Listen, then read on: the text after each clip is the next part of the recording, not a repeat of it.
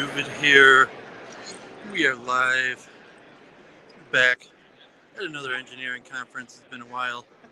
Um, Excited to finally be back at an engineering conference streaming. Currently putting my full focus on chess coaching, and hopefully at some point soon I'll start letting people in on some of my insights or what's going on in chess coaching. But as of now, um, can't really mention anything about it. If it doesn't work out this summer, I'll probably go back to streaming more papers or other things.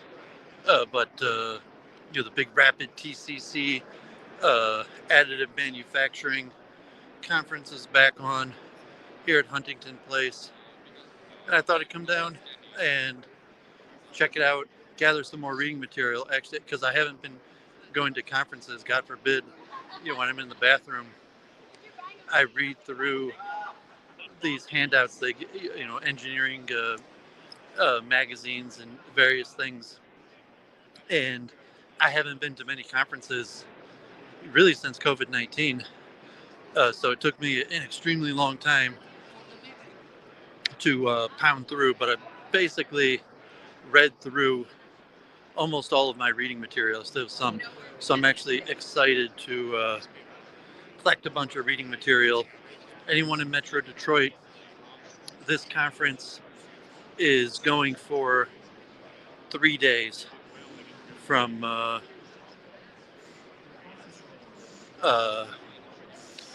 today through Thursday at Huntington Place, the main Expo Center in Detroit.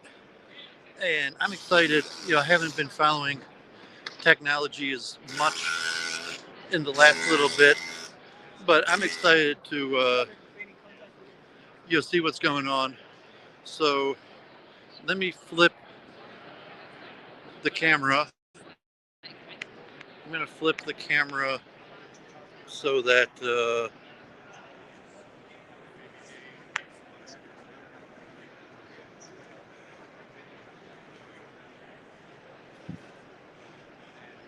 people could see the conference. You don't need to see me. You can see the conference. So if it looks like I got 2 people watching, so if anyone's watching wants to give me a thumbs up or something in the chat to tell me that the video and sound is working. I streamed a conference a few months ago, manufacturing, and some few people came up, had an interesting chat, but hope to pull myself together and come up with some interesting thoughts on the current state of engineering. And you can see this is a 3D printing, additive manufacturing, rapid TCC, TCT, which focuses on 3D printing. So, additive manufacturing, of which 3D printing is just one of the many methods of additive manufacturing. Other than 3D printing, historically, I mentioned the main method of manufacturing. Going back, like the crucible and molding, the original metalworking, would have been molding concrete, clay molds, and then heating up metal and putting it into the mold. And then later, you would have had CNCing, which is reductive, where you have a piece and you cut away at it into the piece that you want. And that was the main form of manufacture until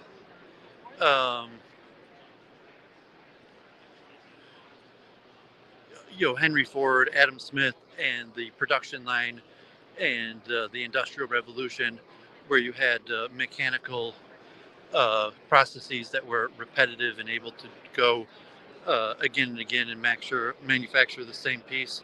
Henry Ford and the production line, although that the manufacturing techniques of reductive manufacture or molding go way back.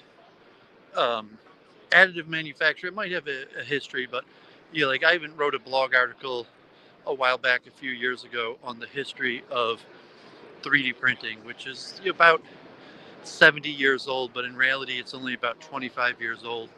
Where about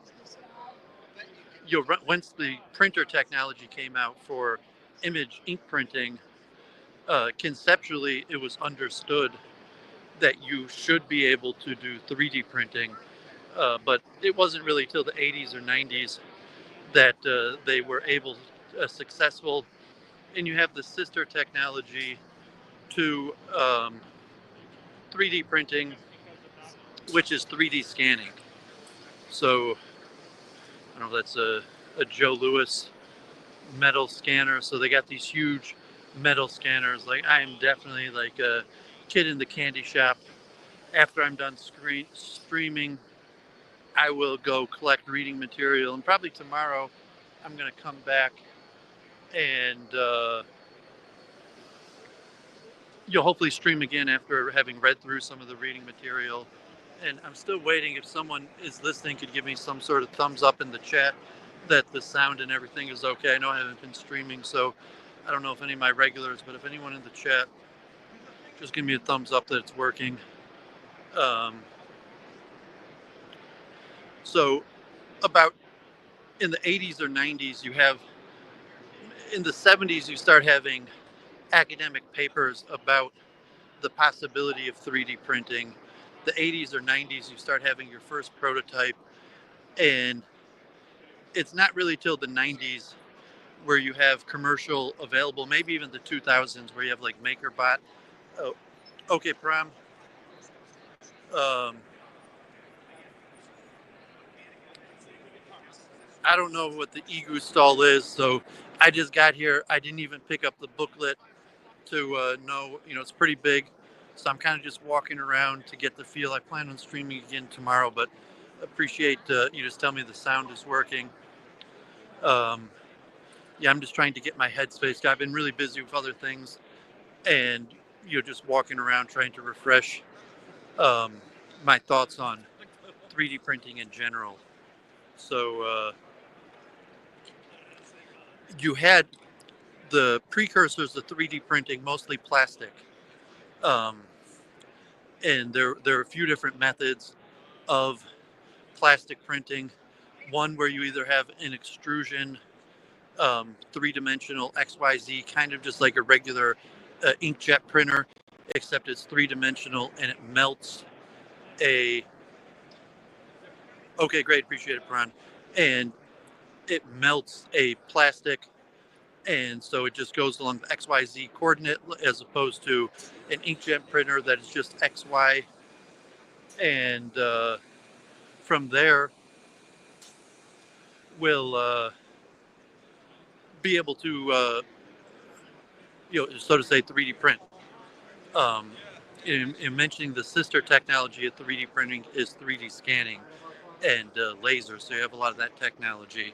So besides for the extrusion printing, there's also like laser skinting, where basically you have a precision laser shoot into a special powder that fuses, and then something goes, the tray goes down as it's done. So those were historically, like in the 90s, the main two methods. And the first industrial 3D printers cost hundreds of thousands of dollars. And you were known mostly for prototyping, that a few of the major companies or very wealthy people,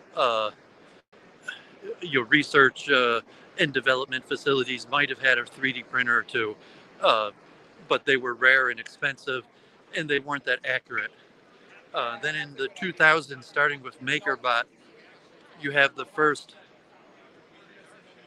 laptop, desktop, affordable 3D printer that cost $2,000 to $3,000, and wasn't that precise, but you could make widgets or gadgets for artists, and it was the type thing that a person who could afford a few $1,000s could buy and put to immediate use.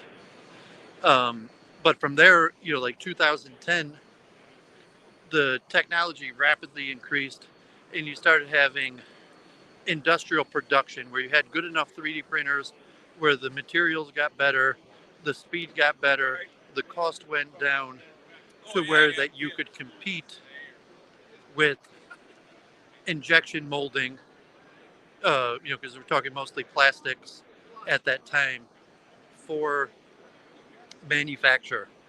And that allowed for certain widgets that weren't going to be like mass produced, like tens of thousands for like automobile, to be produced in the thousands or hundreds in special, either like Ford or manufacturers that specialize in manufacturing would add on 3D printing to their already existing manufacturer, or special facilities that just specialize in 3D printing and took orders or bid on orders. And also around 15 years ago, the technology starts coming earlier, but you start having basically 3D printing in any material, especially metals. And that was a much more high technology than regular extrusion or laser printing. And sometimes you have to have like a powder, like titanium, and it has to literally like accelerate it and shot. And maybe as I'm rambling or walking around, I'll remember a little bit more about the metal or advanced materials printing. And I'll probably come back tomorrow because I see this is huge, and I'll read some of the material. And some of you can see here, like just the mass-produced plastic objects that you could be ordered. You could get machines. You could get a machine that doesn't just print one part at a time, but could print hundreds of parts in hours. And the prices. So metal printing still might be hundreds of thousands of dollars or millions of dollars, especially if you want one that's industrial capable. So I remember I wrote my paper a few years ago on 3D printing and the history. Um, Most experts, financial experts, predict that 3D printing is not going to take up more than about 10% of the market. It's not going to replace normal manufacturing methods. It's more for niche objects, uh, specialty objects, research and development, more immediate needs. But your regular manufacturing, either CNC, laser, um, injection molding, or the various historical manufacturing methods for most automobile or devices are still the mainstream method. And also, I mean, you'll see here, like I'm still wandering around, but there are huge, massive 3D printers that could actually make massive um, devices that like statues. You saw the Joe Louis statue, but that's not cost efficient, especially if you're making multiple. You're making hundreds, thousands, tens of thousands, hundreds of thousands. You're not going to use 3D printing for uh, those. It's unlikely to be cost efficient, and that's unlikely to change over like the predictors of the advent of the direction of technology. It's unlikely anytime in the near future, or maybe even ever, that injection molding will be replaced by 3D printing. But 3D printing is growing. I think of now I haven't checked the literature recently. It used to only be a few percent. Maybe it had gotten up to like 5% of manufacturing is 3D printed. And it's expected to raise maybe by the end of the decade to about 10%. And even over the next 100 years, 2050, maybe 20%, maybe not even that. However, it's becoming extremely important. And every major manufacturer, research and developer, university, even high school, elementary, middle school has 3D printing. And so especially the historic, the immediate use for prototyping, because even making one mold, to have one prototype is extremely difficult, time consuming and expensive. Like the historic olden days, just to prototype one thing, to make a mold, uh, taken a long process, like just say in the historic days through injection molding, how you would have made a prototype would have been substantially difficult.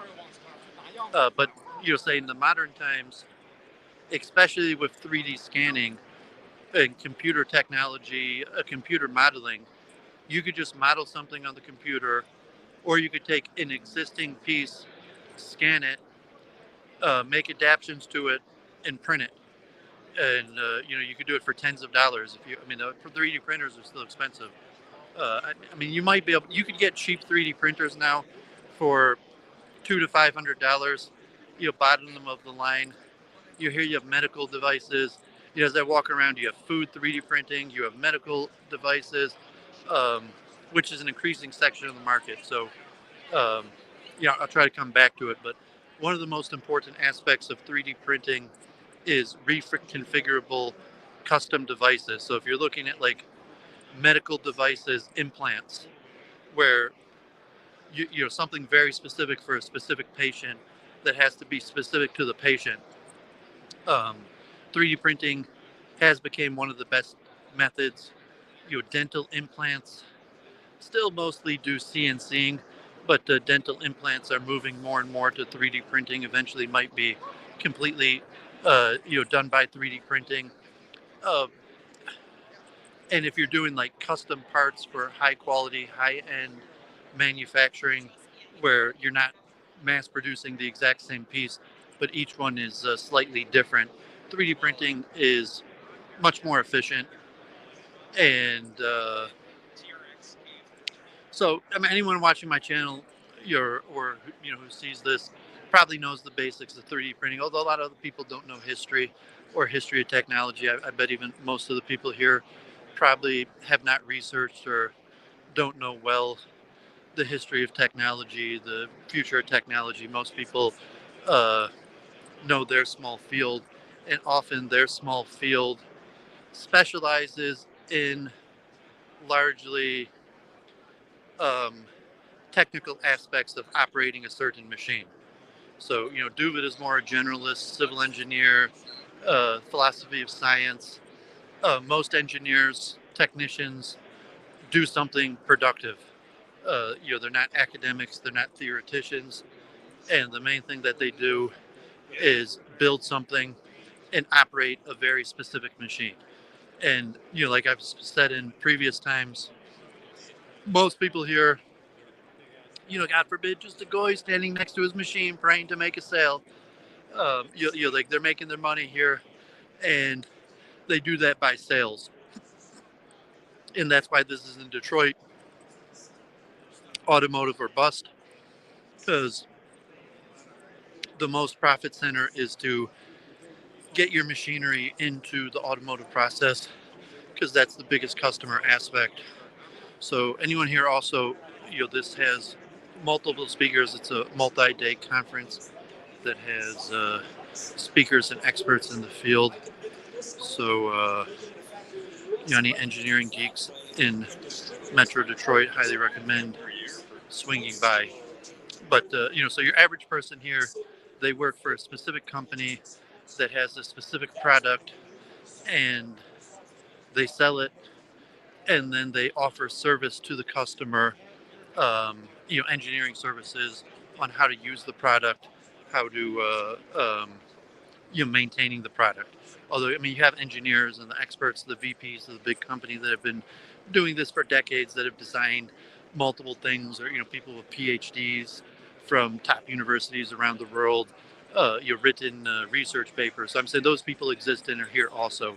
But your average person is sales and technician and does not really know the general market conditions or history, philosophy of science that I try to specialize in. Um, so, yeah, not much viewership. I haven't been streaming lately much, so not much activity in the chat to keep me going.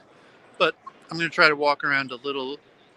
I mean, obviously, eventually the main thing that I came here for is to collect reading material. And so at some point, maybe I'll put it off to tomorrow. This is pretty big. or I'll divide it up into 2 days because it's going to be huge and my arms are going to be falling off trying to lug around all the reading material, and it probably I could tell this is huge, and there's tables that have stacks and stacks of reading material. There's you know industry magazines that specialize in various fields that have backlogs of like half a year or even years of their magazines. So I'll probably be able to collect like a 5 foot stack high of reading material, which I do plan on doing, but it might even be 2 days, and then I'll probably strategically start in one corner and go table to table. And if I have time, I'll even speak to people and engineers. I haven't like I used to have more dreams of being financially viable, making money off of this. So, or even becoming a technology streamer. It's possible, like I said, I'm all in on the chess coaching right now. But if that fails, or I have time that frees up, um, I'm more likely to go back to streaming and technology, philosophy of science conferences. But it's tough to make money. I think that's the Lieutenant Governor, Garland Gilchrist. I see him walking, the tall gentleman there. I'm pretty sure that's the Lieutenant Governor, but it's not surprising. He's saying politicians, business people, this is a big deal in Detroit, manufacture. This is the top of the technology. This is also hey Scott, God bless, thanks for tuning in. This is also a traveling conference that it, I think the last time we was in Detroit was a few years ago, so I don't know if it's like Chicago. So it's not like the battery or the automotive testing expo that has like 4 a year in different locations. So it has like international, like China, Germany, Japan, and Detroit. Um, this one that travels and is like a different city, but it returns to Detroit because Detroit is still one of the major manufacturing hubs. So, but I'm saying this is a big deal for Detroit manufacturer jobs. There's probably all sorts of tax incentives, and they're trying to. I mean, major companies here, like a lot of these machines cost millions of dollars.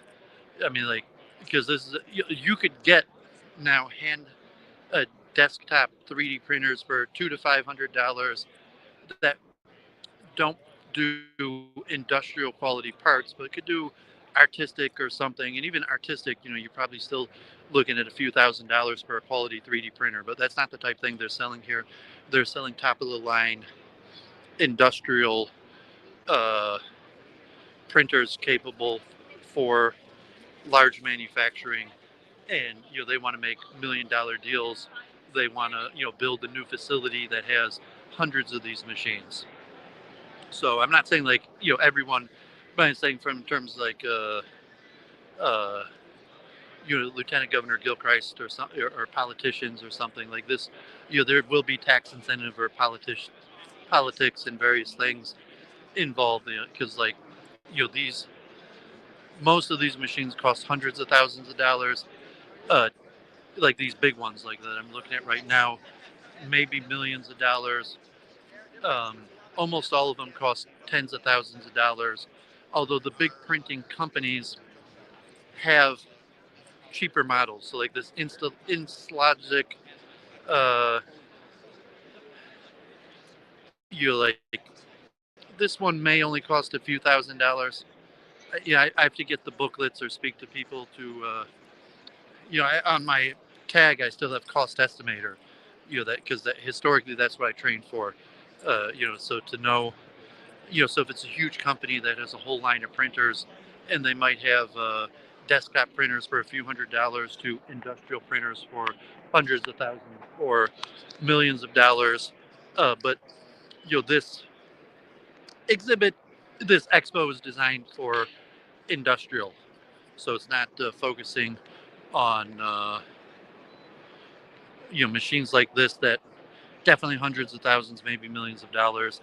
And obviously, um, they have, it's an expo, so you actually have to bring the machine, set it up, have an expert to manage the machine, and so a lot of these companies have bigger models than they bring here. So that's, you got to collect the reading material, and because I haven't been here for a few years, probably almost all of the reading material is new. So um, if it's like the automotive testing expo that I go to every year, and most of them are the same tables. Um, like half the reading material is actually the same reading material year after year. Sometimes they update or a company report, or they'll make a new one. But like a lot of them, if it's the same yearly expo, it's the same reading material. Um, However, here, yeah, I would assume almost all the reading material here is new in the last 2 or 3 years since the last time the conference was here, and so I will limit myself, but if I go table to table, booth to booth, and grab all the reading material, it'd probably be like 10 feet tall, which might take me like 2 years to go through just reading on the can. God forbid. Um, but my dreams of somehow making some money off of, like I used to tell Church of Entropy or Gondorf, if you're a high IQ person, or as I see a few chats, okay, Scott. So Scott, Con, can you come by Elongo 1901 counter? Want to see? I don't even know the numbers here. I plan on coming here tomorrow too, so I'm not even sure if I see the numbers to do that. I'm not, Paran, I'm not sure if the AMS is in show in the Eligo stall. I'm not sure either. Like, I said, like I didn't prepare for this conference. I could have prepared. Like they have a web page, and they have the list of the exhibitors and the main conference.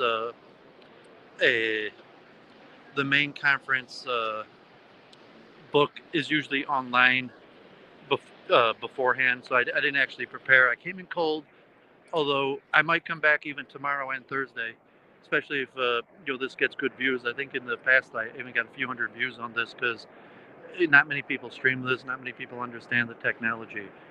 Um, so if you're a high IQ person who wants to monetize your intelligence, one of the best ways to do that is by selling industrial equipment that's extremely complicated to use.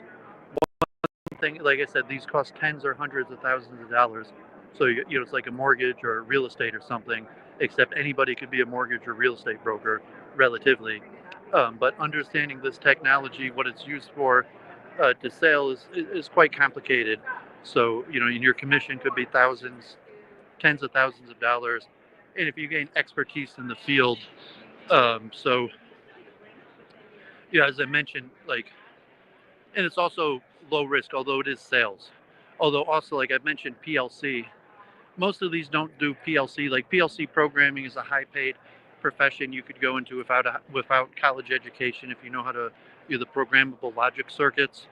Most 3D printers do not operate on programmable logic circuit, but I said the sister technology of 3D scanners and 3D printers um, are pretty complicated to use. And so if you're a technician who know who knows how to operate these machines, you could likely make over $100,000 a year, or even starting salary, 60,000 or higher, and over years. Because as I was mentioning, extremely big manufacturers will have a whole setup of 3D printing, that they use for their own manufacture. But generally, you got to be like $100 million company to invest in your own in-house 3D printing. Uh, but at this point, you have many entrepreneurs, businesses that just do 3D printing. So they specialize in 3D printing, and they make orders, and they'll either prototype. So there's different companies. Some try to do it all, but often they specialize. So you might have a prototype company that makes prototypes, and you could um, you just have your one. You send your 3D scan. Basically you just send a file of could be a CAD file, could be a SolidWorks, could be AutoCAD, could be a Adobe. I mean, any one of the imaging processors. You could send an image, and they might have to process it or do something with it to print it, but then they'll print it for you for a fee.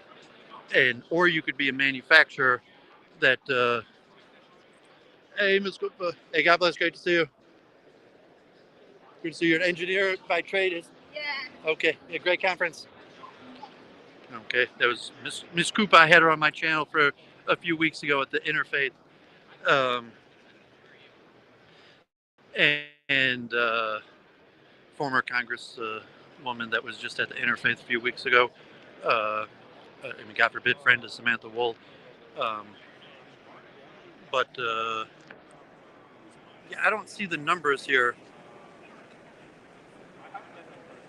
Parents saying, unfortunately, I didn't look at the map, so you'll probably have to wait till tomorrow for me to find these booths because I'm almost done rambling. I'm going to wrap up the stream. I only have 2 hours parking, and I have other things to do today. So, but seeing how big this is, I'm almost very likely to come back tomorrow. Um, so I mentioned you have what's happened is you have entrepreneurial um, manufacturing companies that specialize in 3D printing, and they will have five, tens, hundreds, thousands of 3D printers, and you could send your orders in, or they'll bid on orders and they'll make your parts. And because now at this point there's tens of different major companies that make 3D printers. There's different type metal filament, like the different process, the sintering, the extrusion. Um, there's going to be certain advantages and disadvantages depending on the specification of your part. So a major 3D printing facility is going to have to have multiple different printers that specialize in different things. So I said if you're a technician who knows how to operate uh, 3D printers, it's relatively high paying and high IQ work that's saying it's difficult to do, and especially if you could master multiple technologies, multiple equipment, and especially if you knew the sister to the 3D printing, which is the 3D scanning, and because it said like or modeling software. So I mean, really, you have your three different main elements. I mean, the manufacturing, you like. The larger supply chain or business, or there's always the material science and countless other aspects. I mean, the material science is a huge part, especially of this show, because the countless materials that go into printing. But I'm saying from a technician's aspect of what happens, you basically have the modeling software, the 3D scanning, and the printers. And all of those are complicated. Like I say, it'd be very difficult. It'd take an intelligent person substantial effort, maybe even years, to master just one of the, just like okay, like SolidWorks, AutoCAD, or any of the countless modeling software takes years to master. Just to be a skilled technician on one piece of equipment, scanning or 3D printing would take months or years.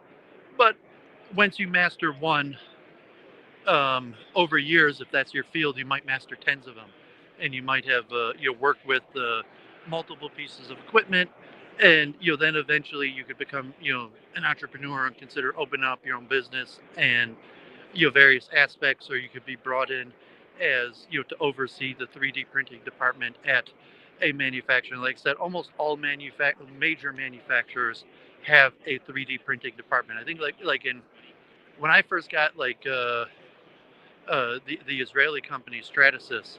Like I even had on my Facebook before I was doing YouTube, overview of hey God bless, doing an overview of the technology when it was first coming out. They were first selling it, but like Ford was one of the first places to get 3D printers. To have in-house a 3D printing facility, and maybe they had like they probably started with one 3D printer and then moved to four, and now like Ford. I mean, like, and it was for prototyping, research and development. But now Ford globally probably has tens of thousands of 3D printers. Even any major Ford facility. And University of Michigan was pretty quick. I mean, when I was a student 15 years ago, like at the beginning of just plastic extrusion printers or laser sintering, University of Michigan had some when I was in the engineering department, and um, prices dropped, technology improved in terms of like specifications, to be useful in industrial products. So it's like you're gonna actually, like put something in an automobile. Uh, yeah, Form Labs was one of the first ones. So here you see Form Labs has um, cheaper desktop 3D printers, and so it's also here you see Nikon, Canon. Oh, Stratasys is still here. That was the Israeli company, um, or part Israeli company. Um, so if you see HP, uh, Nikon, I think Canon. Eventually, the printer companies got into 3D printing because it said like people hypothesized. I'd have to look in my paper. So 3D printing was first mentioned like science fiction, like 100 years ago.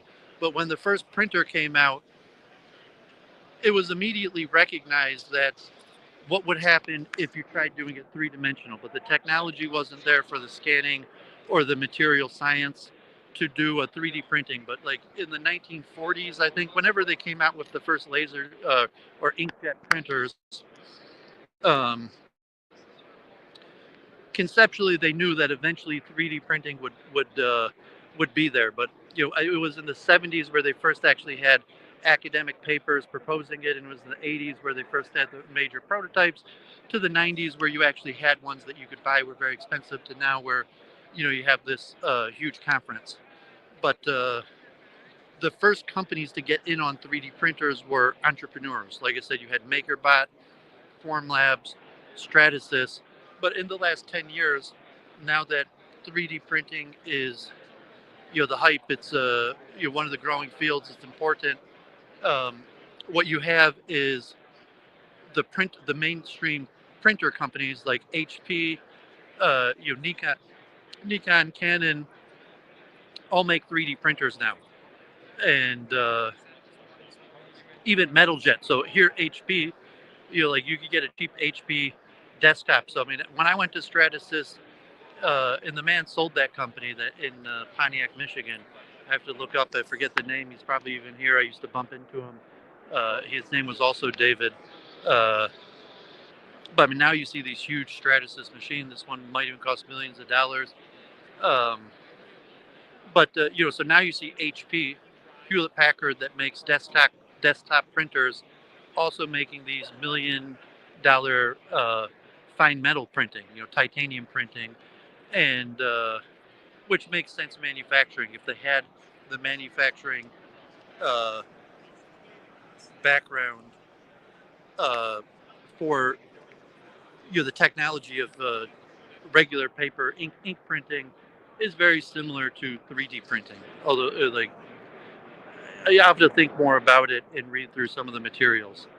And I don't even know Bamboo Lab. I'm not even sure. Like, some of these companies might be new, and some of them might specialize in art and prototyping. As But I mean, the majority here is for manufacture.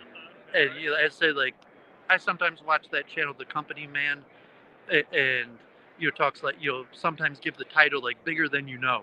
So you have something like HP that makes your desktop printer, uh, but the company's bigger than you know, because they don't just make desktop printers; they also make multi-million-dollar 3D metal printing, and that might even be the majority of their their financials or something like that. Often they have the financials company overview. So if I come all 3 days, I'll collect all sorts of reading material. But often if I just come once and limit the reading material, I usually get industrial magazines and company profiles. And like the biggest reading materials are usually their order catalogs. So I mean, and most of those are online because like the book would be hundreds of pages. Like the HP Complete order for all of their printers is probably like a 500-page book. They're more likely to have it online, although sometimes they'll just hand it out. They have stacks and stacks and stacks of it, and they don't even ask any questions. Can I take your book? Like, yeah, sure, take it. And hence you know my mind curiosity being so I'm going to wrap up in a minute. Then I'm going to do my round and collect reading material. I'm sorry about the people in the chat um, asking. I mean, so here you have Creality, which I mean here, as I mentioned, the 3D scanning sister technology to 3D printing, medical. Um, Here in Metro Detroit, the 3D printing is going to specialize in industry manufacture because Detroit's still the motor city. People want to make sales. I mean, but one of the biggest directions of 3D printing that I haven't seen that much of, but when I collect the reading material, often it's the same companies that make them. Is medical devices, also like food. You get like 3D company, you like printing like artificial meat or like cakes or edibles. Um, but medical devices is a huge market of 3D printing, but it's probably not that emphasized here at this expo. And I think there's also a Society of Automotive Engineer conference going on at the same time. Adrian, yeah, I'm trying to look at the chat. I'm just on my cell phone. And as said, I kind of came in cold. I hadn't been going to conferences for a while. I didn't pre-research like the floor plan or even the companies. So I mean, here you see the sponsors, and all of these are magazines. So I first start collecting reading material. You can see Additive. A lot of these magazines I haven't even seen for a while because I only get these magazines at these conferences. Sometimes they like send them to your house for free. So actually, I don't. Yeah, I'm kind of cheap, but often they give away these magazines. Like you sign up and they'll send them to your house for free. So sometimes if they have free subscriptions, I'll get a free subscription to the magazine. You can see all the media partners and media sponsors. There's probably a booth of magazines. I forget where I entered. So that's the entrance. I'm going to wrap up now.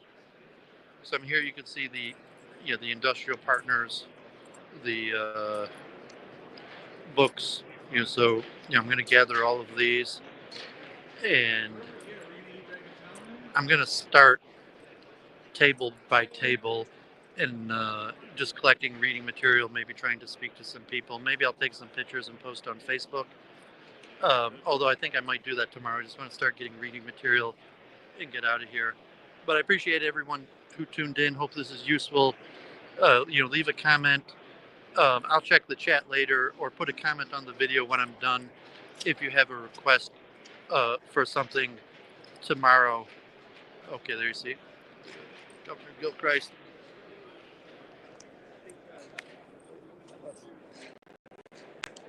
So I think he's running for governor also. So let's sign off, and hopefully tomorrow, hopefully I'll have time to, not just on the can over the next few years, but tonight I'll make a concerted effort to spend a few hours flipping through the reading material I collect today.